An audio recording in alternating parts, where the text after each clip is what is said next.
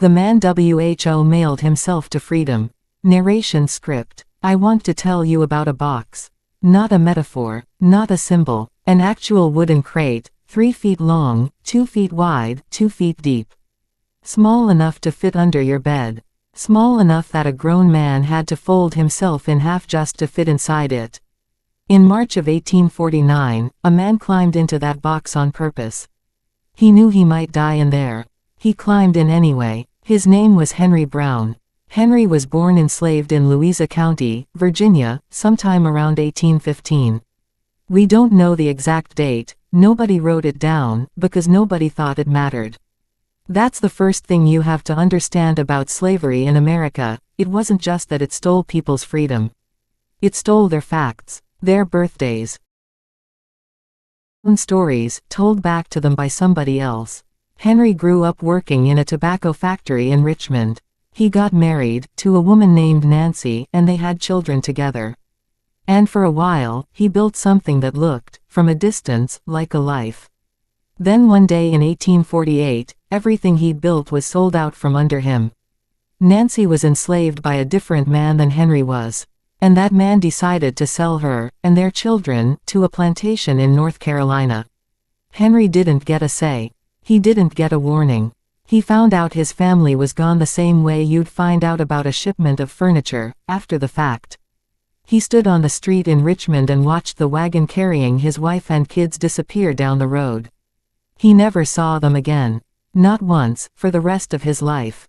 I want you to sit with that for a second, because I think we rush past it in the history books. This wasn't a stranger's tragedy.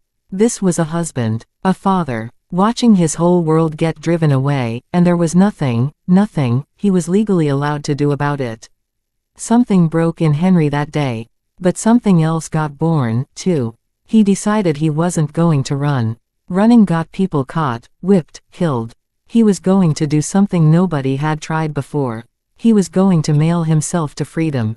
Henry reached out to a sympathetic shopkeeper and a free black man named James Smith, and together they came up with the plan: build a crate, climb inside, and ship it, as cargo, from Richmond, Virginia to abolitionists waiting in Philadelphia.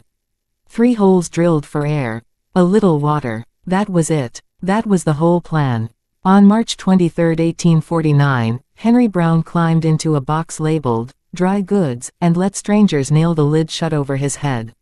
What followed was 27 hours.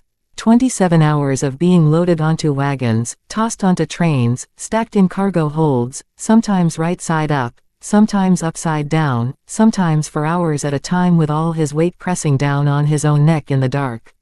At one point the box was flipped and left standing on its head for so long that Henry nearly blacked out, the blood pooling in his skull, and he had to fight with everything in him not to make a sound.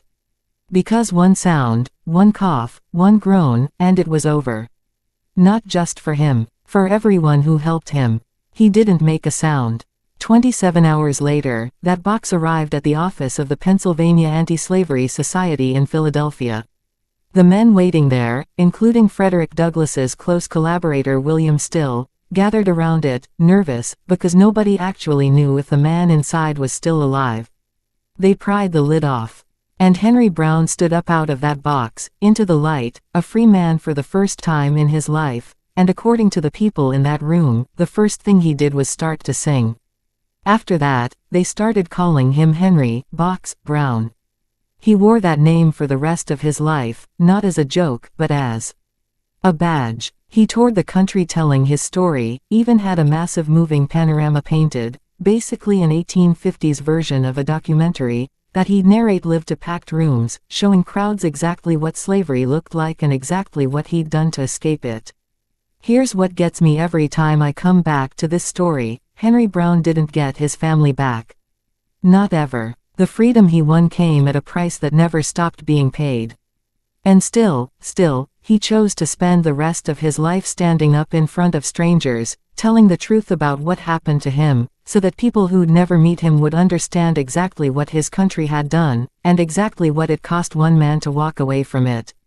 That box isn't in a museum with his name in gold letters. Most people have never heard of Henry Brown at all. But somewhere in Richmond, in 1849, there was a man willing to be nailed into a crate and shipped like freight, because freedom, even the terrifying, uncertain, might not survive it kind of freedom, was still worth more to him than the alternative. I think that's worth remembering.